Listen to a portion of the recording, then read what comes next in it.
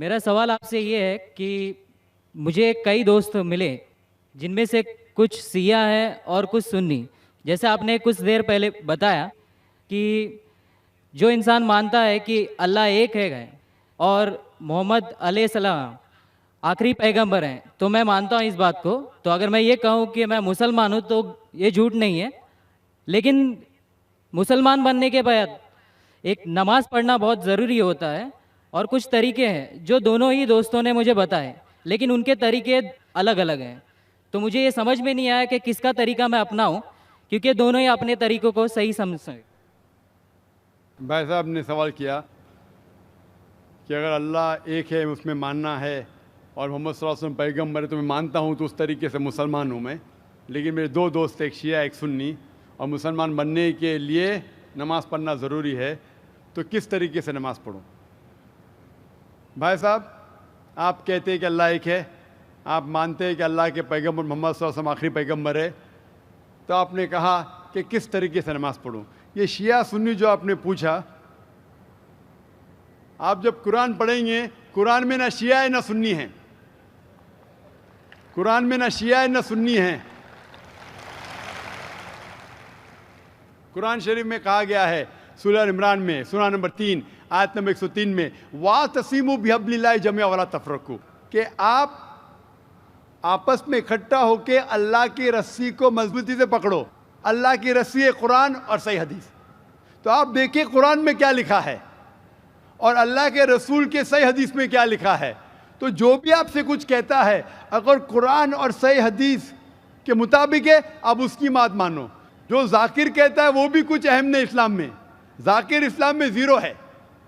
جو ذاکر کہتا ہے وہ بات ماننا ضروری نہیں, لیکن جب میں قرآن کا حوالہ دیا تو آپ کو قرآن کی بات ماننا فرض ہے.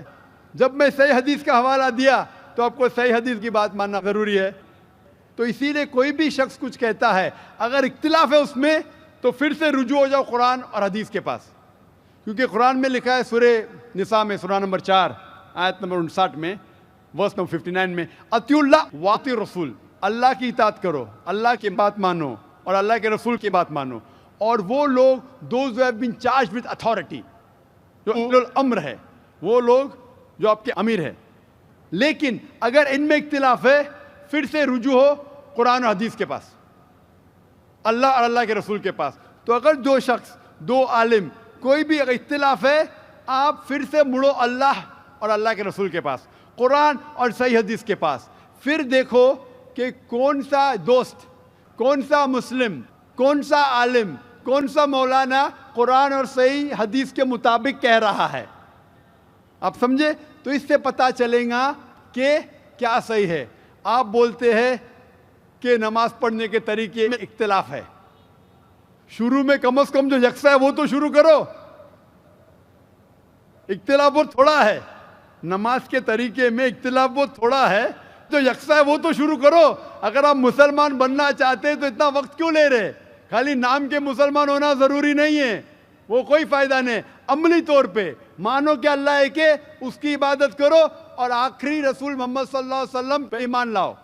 اور اس کے بعد پھر تحقیق کرو آپ کے دو دوست لوگ جو بول رہے قرآن سے کون میچ کرتا ہے, صحیح حدیث سے کون میچ کرتا ہے. کیونکہ اللہ کے رسول فرماتے, صحیح بخاری کی حدیث ہے, اس طریقے سے نماز پڑھو جس طریقے سے آپ نے مجھے دیکھا. تو جو صحیح حدیث سے ثابت ہے, قرآن اور صحیح حدیث سے, اس طریقے سے نماز پڑھو.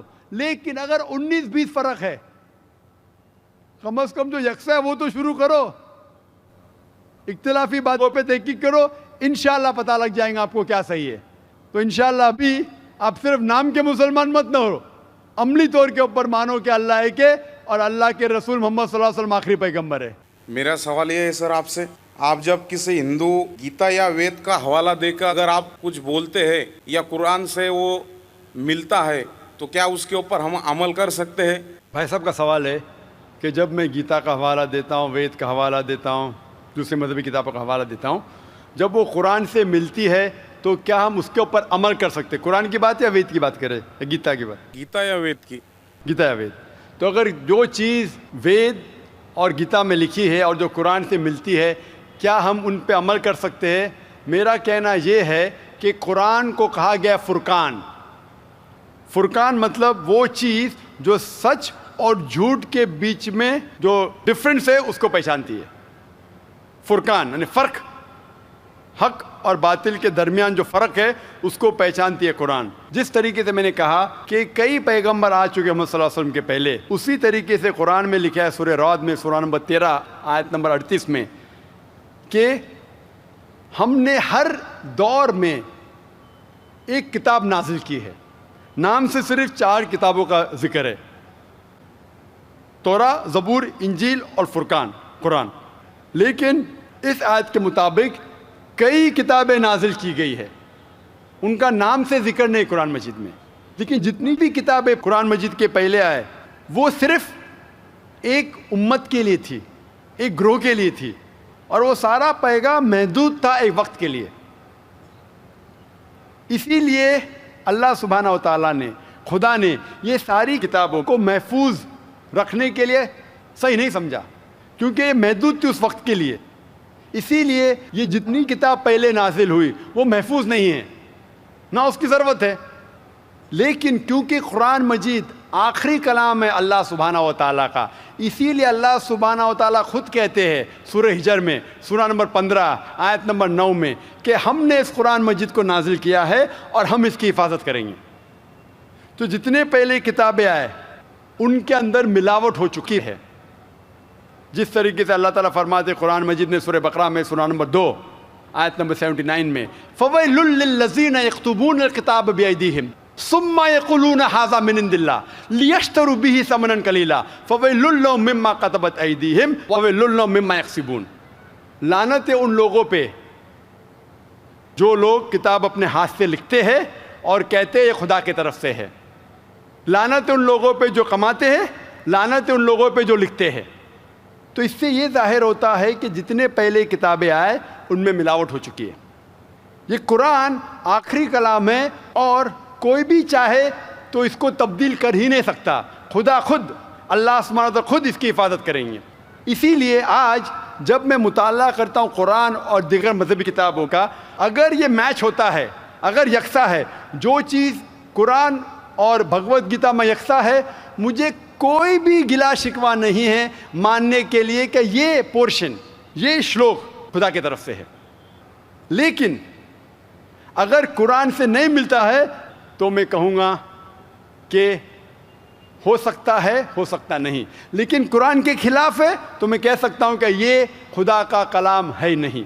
اسی لیے جو کلام قرآن سے ملتا ہے، چاہے وہ شلوک ہو یا منترا ہو، وید کا ہو، اپنشد کا ہو یا گیتا کا ہو، یا چاہے دھما پٹ کا ہو، اویستا کا ہو، دساتیر کا ہو، چاہے اولڈ ٹیسٹمنٹ کا ہو، نیو ٹیسٹمنٹ کا ہو، جو بھی چیز قرآن سے ملتی ہے، ہم مسلمانوں کو کوئی گلا شکوہ نہیں ماننے کے لیے کہ یہ بھاگ خدا کی طرف سے ہے.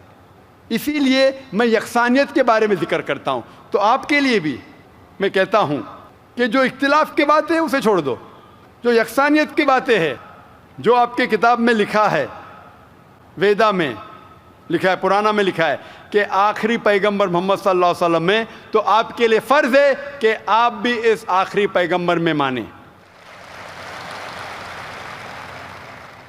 تو آپ آخری پیغمبر میں مانتے؟ آپ کی وید میں مانتے؟ ہو مانتے ہیں نا. آپ پرانا میں مانتے ہیں؟ ہو مانتے. تو میرے تقریر میں نے اتنے بار کہا اور اتنے حوالے دیا کہ آپ کی مذہبی کتابوں میں لکھا ہے کہ محمد صلی اللہ علیہ وسلم انتم رشی ہے. آپ کل کی پرانا پڑھیں گے تو ان کے والد کا نام لکھا ہے وشنو یاس عبداللہ، ان کے والدہ کا نام لکھا ہے سمتی آمینہ. وہ کہاں پیدا ہوئیں گے؟ سنبالا میں، مکہ میں. وہ چیف آف سنبالا میں، قریش کے خاندان میں. ساری چیزیں میں نے کہا. تو اب آپ مانتے ہیں کہ آخری پیغمبر محمد صلی اللہ علیہ وسلم ہے؟ ہو مانتے ہیں نا. ماشاء اللہ. تو آپ مانتے ہیں کہ خدا ایک ہے؟ ہو بالکل. آپ مانتے ہیں خدا کی کوئی بھی پرتیما نہیں ہے؟ بے شک. اور صرف خدا کی عبادت کرنا چاہیے؟ صحیح. تو آپ یہ مانتے ہیں کہ خدا ایک ہے اور محمد صلی اللہ علیہ وسلم آخری پیغمبر ہے؟ ہو. تو جو شخص اس بات کو مانتا ہے کہ خدا ایک ہے اور محمد صلی اللہ علیہ وسلم اس کے آخری پیغمبر ہے، تو اسے ہم کہتے ہیں عربی میں مسلم، یعنی وہ شخص جو امن حاصل کرتا ہے اپنے خواہش اللہ کے احکامات کے مطابق. تو آپ مانتے اللہ ایک ہے اور محمد صلی اللہ علیہ وسلم آخری پیغمبر ہے؟ ہو مانتے. تو آپ چاہتے کہ اسلام قبول کرے؟ لا الہ الا اللہ محمد رسول اللہ. ماشاء اللہ ماشاء اللہ ماشاء اللہ سبحان اللہ. آپ سے زبان سے کہہ دیے کہ اللہ ایک ہے، اس کے علاوہ کوئی معبود نہیں عبادت کے لائق، اور محمد صلی اللہ علیہ وسلم آخری پیغمبر، آپ مسلمان ہیں. جس طریقے سے آپ نے سوال کیا مجھے شک ہو رہا تھا کہ ماشاءاللہ آپ مومن ہیں، اور میں دعا کرتا ہوں اللہ سبحانہ تعالیٰ سے کہ آپ کو انشاءاللہ اس دنیا اور آخرت میں سفلتا دے. جی خوش آمدید دوستو، امید کرتا ہوں آپ سب خیر خیریت سے ہوں گے. جو ویڈیو ہم نے پلے کی اور جو ویڈیو آپ نے دیکھا اس میں یہی سوال کیا گیا ہے کہ عام طور پر آدمی کے جو ہے نا مختلف قسم کے دوست ہوتے ہیں. کبھی جو ہے نا اگر ایک بندہ باہر ملک جاتا ہے تو وہاں پر اس کے مختلف فرینڈز بن جاتے ہیں جو کہ مختلف مذاہب سے تعلق بھی رکھتے ہو. کبھی وہ ہندو سے، کبھی یہودی سے، کبھی عیسائی سے، ہر ایک سے جو ہے نا وہ تعلقات وغیرہ رکھتے ہیں. تو یہ بھائی سوال کرتا ہے کہ میرے جو ہے نا کچھ دوست ہیں وہ مسلمان ہیں، ان میں سے کچھ شیعہ بھی ہے. اب یہ شیعہ کیا ہے، شیعہ کی تعریف کیا ہے؟ تو شیعہ وہ لوگ ہیں جو صحابہ کرام کے بارے میں، ان کے بھی مختلف اقسام ہیں. ان میں سے کچھ شیعہ اس طرح ہے جو صحابہ کرام کے بارے میں بغض رکھتے ہیں اور ان کے بارے میں کچھ غلط عقیدے جو ہے نا وہ خیال کرتے ہیں، جو کہ میں یہاں ذکر کرنا مناسب بھی نہیں سمجھتا. تو ظاہر سی بات سے جب ان کے عقیدے غلط ہوں گے تو ان کے نماز میں بھی کچھ عجیب سے طریقے ہوں گے. جبکہ ڈاکٹر ذاکر نائک جواب میں قرآن مجید کو اٹھاتے اور کہتے ہیں کہ there is no Sunni Shia in the Holy Quran. جبکہ یہ بات ڈاکٹر ذاکر نائک کی بالکل بھی ٹھیک نہیں. کیوں؟ کیونکہ آپ کو پتہ ہونا چاہیے کہ صحابہ کرام کا معیار کیا ہے اور صحابہ کون لوگ ہیں. صحابہ وہ لوگ ہیں جنہوں نے دین اسلام کو عرب سے لے کر پوری دنیا میں پھیلایا. جب رسول اللہ صلی اللہ علیہ وسلم نے آخری خطبہ حجۃ الوداع کے موقع پر ذکر فرمایا کہ میرا یہ پیغام جو لوگ یہاں موجود ہے اور جو نہیں ہے، جو آنے والے ہیں، ان تک پہنچانا آپ کی ذمہ داری ہے. تو اس وقت تمام صحابہ نے، اکثر صحابہ نے اپنے گھر بار، کاروبار سب کچھ چھوڑ کر صرف اللہ کی دعوت کو ہم تک پہنچانے کے لیے پوری دنیا میں پھیل گئے، اور پھر وہاں پر ان کا انتقال بھی ہوا. پوری دنیا میں ایسا ملک نہیں ہوگا جہاں پر آپ کو ایک صحابی کی قبر نہیں ملے گی. تو جب ایسے لوگوں کے بارے میں، ایسے پاک لوگوں کے بارے میں کوئی غلط بات بولے گا اور غلط عقیدہ رکھے گا تو پھر علماء کا حق ہے کہ وہ لوگوں کو بتائے کہ یہ لوگ ٹھیک ہے اور ٹھیک نہیں.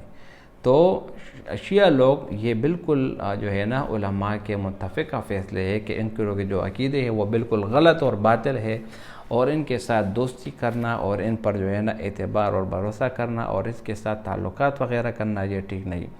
تو اب بھائی کو میرے خیال سے مسلمان بھی ملا ہوگا، اس کو شیعہ بھی ملا ہوگا، اس کو اہل حدیث بھی ملا ہوگا. ان تینوں کے نماز کے طریقے جو ہے نا کچھ عجیب سے، تو اس لیے یہ کہہ رہا ہے کہ ان میں کون سا طریقہ ٹھیک ہے. ان سب کا جو ہے سمپل سلوشن یہ ہے کہ آپ وہی طریقہ اپنائیں جو کہ آپ کو رسول اللہ صلی اللہ علیہ وسلم نے بتلایا اور رسول اللہ صلی اللہ علیہ وسلم کی حدیث سے جو ہے نا ثابت ہوا ہو. اگر آپ قرآن کو دیکھیں، قرآن میں اللہ تعالیٰ فرماتے ہیں اطیعوا اللہ و اطیعوا الرسول. ہر جگہ جب اطیعوا اللہ کا نام آیا ہے تو وہاں پر رسول کا نام ضرور آیا ہے، کیونکہ اللہ تعالیٰ نے پیغمبر کو جو طریقے سے کھلائے وہ ہمارے لیے سراسر ہدایت ہے.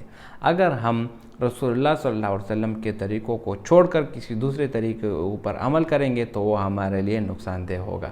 اس لیے میرے بھائیو دوستو، رسول اللہ صلی اللہ علیہ وسلم نے جو طریقے بتائے ان کے مطابق اپنی زندگی بنائے اور نماز بھی اس کے طریقے کے مطابق ادا کرے تو انشاءاللہ آپ کی زندگی میں برکت ہوگی. امید کرتا ہوں ویڈیو آپ کو پسند آئی ہوگی. اگر ویڈیو آپ کو پسند آئے تو اس چینل کو سبسکرائب کریں. بہت شکریہ.